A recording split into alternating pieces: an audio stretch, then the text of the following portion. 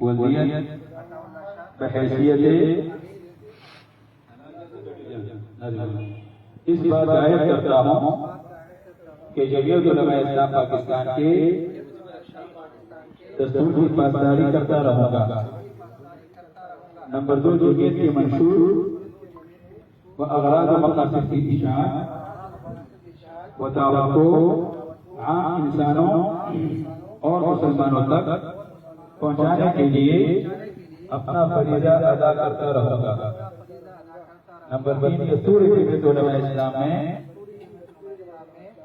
میرے اختیار و ذمہ داریوں کا جو تعین کیا گیا ہے اس کا پابند رہوں گا۔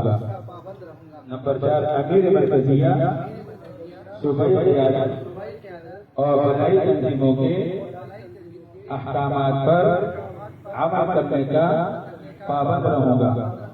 نمبر 5، تنظیمی اجلاسات کے انعقاد اور مشاورت کے بعد ہونے والے فیصلوں پر بھرپور عمل کروں گا اور عمل درآمد کراؤں گا۔ نمبر 6، جمعیت کے کارکنوں اور عوام سے حسن سلوک کو اپنا شیوا بناؤں گا۔